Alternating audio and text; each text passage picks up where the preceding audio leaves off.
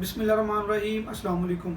आजकल ये देखने में आ रहा है कि हमारे पाकिस्तान में नाजायज़ कब्ज़ों का जो तरीक़ाकार है वो बड़ी तेज़ी से फैलता जा रहा है और ख़ुसूसन जो हमारे ओवरसीज़ पाकिस्तानी हैं उनकी ज़मीनों पर नाजायज़ कब्ज़ा कर लिया जाता है। उनके घरों पर, उनकी दुकानों पर, उनके प्लाज़ों पर नाजायज़ कब्ज़ा कर लिया जाता है, तो उनके लिए बड़ी मुश्किलात होती हैं। और इस तरह के कई केसेस जो हैं वो देखने में आए हैं कि ओवरसीज़ पाकिस्तानी हैं वो सम टाइम इस तरह होता है कि अपनी फैमिली को लेकर बाहर चले जाते हैं और उनके जो रिलेटिव्स होते हैं, रिश्तेदार भी हो सकते हैं, और जो वहाँ के इलाके के जो असल रसूख वाले लोग हैं वो भी उनकी ज़मीनों पर, उनके मकानात, उनकी दुकानों पर नाजायज़ कब्ज़ा कर लेते हैं, तो उनके लिए बड़ी मुश्किलात पैदा होती हैं। तो एक तो वो काम छोड़कर इन केसेस के पीछे इतना टाइम नहीं होता कि वो सारे मामलात को देख सकें, और फिर उनके लिए यहाँ पे आना, बाहर से अपने काम छोड़ना बड़ी मुश्किलात होती हैं उनके लिए।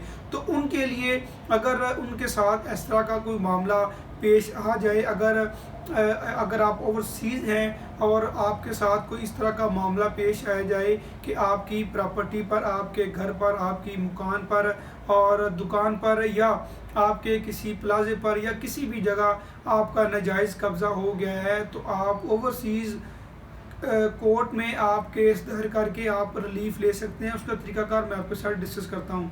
नाज़रीन, अगर आप ओवरसीज़ हैं और आपकी दुकान पर, आपके मकान पर या आपकी किसी और प्रॉपर्टी पर कब्ज़ा हो गया है, तो आपको सिविल कोर्ट में बेदखली का दावा दायर करना पड़ेगा कि मैं इस ज़मीन का मालिक हूँ। कोर्ट को उस बारे में डॉक्यूमेंटेशन देना होगी, प्रूफ करना होगा कि मैं इस ज़मीन का मालिक हूँ और फ़लाँ जो है वो इस ज़मीन पर नाजायज़ काबिज़ हो गया है, लिहाजा कोर्ट इसको बेदखल करे। जब ये मामला अदालत में हम केस दायर कर देते हैं तो आप वहाँ पर बैठकर ये मामला, क्योंकि ओवरसीज़ कोर्ट्स जो हैं वो पाकिस्तान में उनका जो इस्टेब्लिशमेंट कर दी गई है उनकी, ताकि जो ओवरसीज़ हैं उनके लिए ये आसानियाँ पैदा हो सकें, वो वहीं बैठकर अपने मामलात को देख सकें।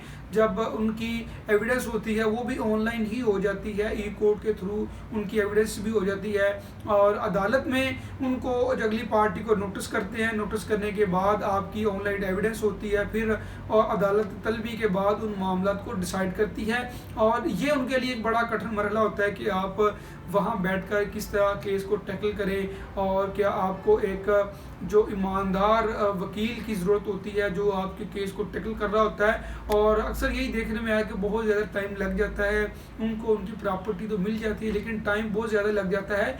तो एक तो हम ये कह सकते हैं कि कोर्ट में जो है दूसरी पार्टी के लिए रिलीफ बहुत है, और अक्सर हमारे जो सिविल केसेस हैं उनमें कोर्ट्स बहुत ज़्यादा टाइम ले जाती हैं। इसलिए हमें, अगर आपको लगता है कि आपको किसी प्रॉपर्टी पर नाजायज़ कब्ज़ा हो गया, तो आप उसमें बगैर कोई डिले किए फ़ौरन आपने सिविल कोर्ट से आपने रुजू करना है, सिविल कोर्ट में आपने दावा करना है बेदखली का। और अगर आपके दरमियान कोई आपकी प्रॉपर्टी कंबाइन पड़ी है और अगर आप बाहर चले गए हैं, तो आप ये समझते हैं कि हमारी प्रॉपर्टी पर हमारे हिस्से की हद तक कब्ज़ा हो गया है, तो आप पार्टीशन का दावा कर सकते हैं, वो भी ओवरसीज़ कोर्ट में ही चल सकता है।